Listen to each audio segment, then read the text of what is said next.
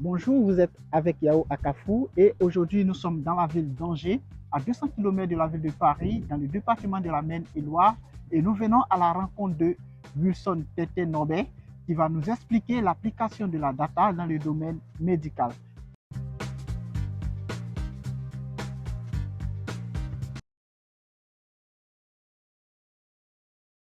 Je dirais que mon nom, c'est Norbert Wilson. Et actuellement, je suis togolais.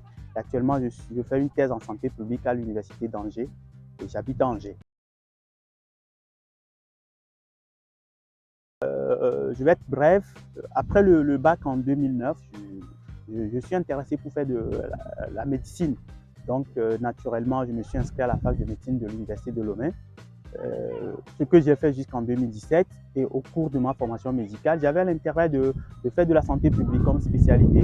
Et donc en 2017, je suis venu en France pour continuer, pour poursuivre mes études. Et arrivé en France, je suis resté à Paris pendant 2 ans où j'ai fait 2 masters.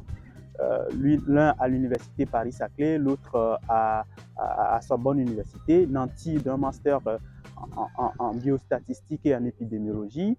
J'ai encore plus d'ambition de poursuivre encore pour aller plus loin. Et l'idée, c'est de poursuivre en thèse. Et en 2019, j'ai eu l'occasion d'avoir un projet de thèse à l'université d'Angers, ce qui m'a amené à Angers. Et là, je suis actuellement et je continue ma thèse. Et si tout va bien, je vais soutenir ma thèse en fin d'année.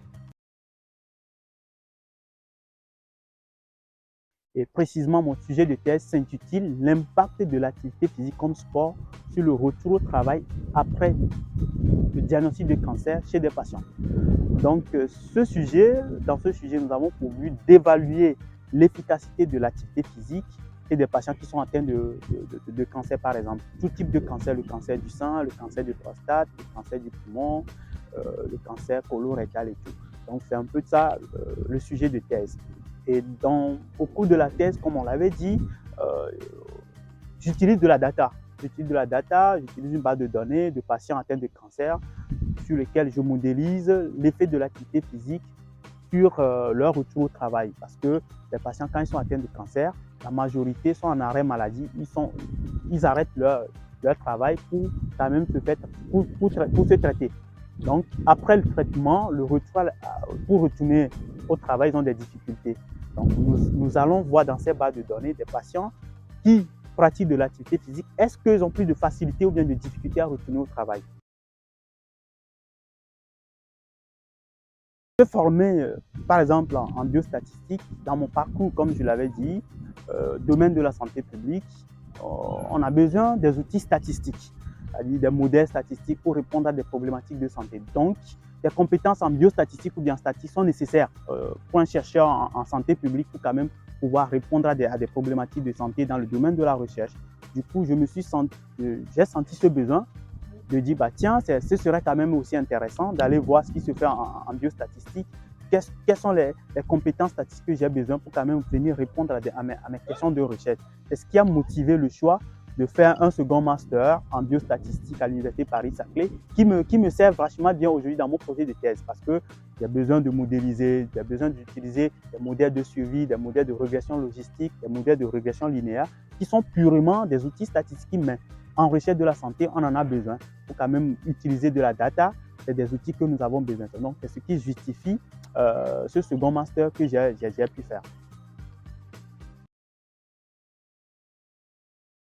J'ai récemment lu un bouquin d'un professeur à l'Université Sorbonne qui a parlé quand même des différentes utilisations de l'intelligence artificielle dans le domaine de la santé.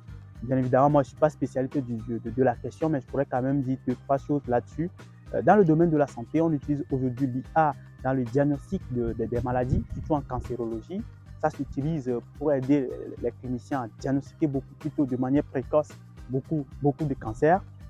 L'IA s'utilise dans la prise en charge des patients et beaucoup plus dans la data, en santé publique. L'utilisation de l'IA aujourd'hui est aussi en vogue dans la mesure où ça s'utilise dans des prédictions, dans des modèles de prédiction et dans l'avènement du big data pendant Covid, et ça a été aussi vachement utilisé. Moi, je trouvais dans l'utilisation de l'IA une opportunité. La seule chose que peut dire, c'est que ça soit beaucoup plus réglementé pour que ça ne conduise pas à la dérive. Je sais qu'il y a beaucoup de choses qui se font en France dans le côté éthique, pour que ça soit bien encadré, pour que le personnel de la santé ne l'utilise pas comme il le veut. Et je crois que quand c'est beaucoup plus encadré, réglementé, son utilisation, ça aidera. La première des choses, c'est de se former dans le domaine.